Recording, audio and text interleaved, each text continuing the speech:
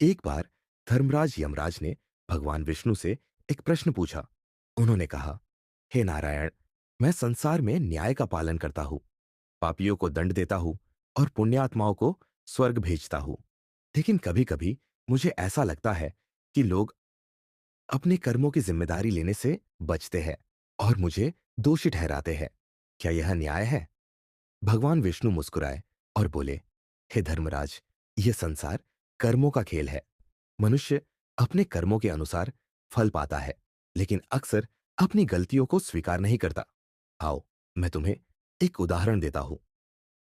भगवान विष्णु और धर्मराज एक गांव में ब्राह्मण के रूप में प्रकट हुए। वहां उन्होंने देखा कि एक किसान लगातार शिकायत कर रहा था, मेरी फसल हर बार खराब हो जाती है, यह मेरी किस्मत का दोष है। भगवान ने मेरे साथ अन्याय किया है। विष्णु जी ने उससे पूछा, भाई, क्या तुमने अपनी जमीन पर समय से हल चलाया था?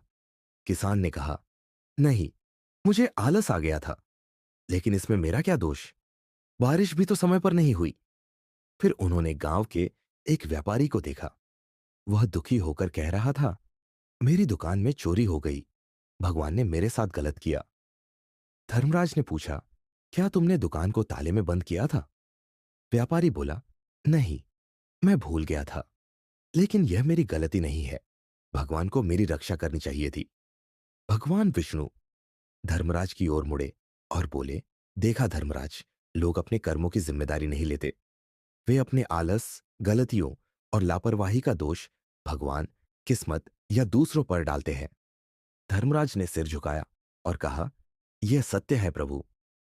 मुझे अब समझ आ गया कि मनुष्य को अपने कर्मों के लिए स्वयं उत्तरदायी होना चाहिए।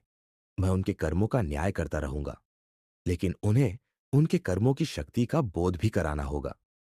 भगवान विष्णु बोले, संसार का नियम है, जैसे कर्म करोगे वैसा ही फल मिलेगा। मनुष्य को अपने कर्मों की जिम्मेदारी स्वीकार करनी चाहिए। भाग्य को दोष देने से कुछ नहीं बदलता।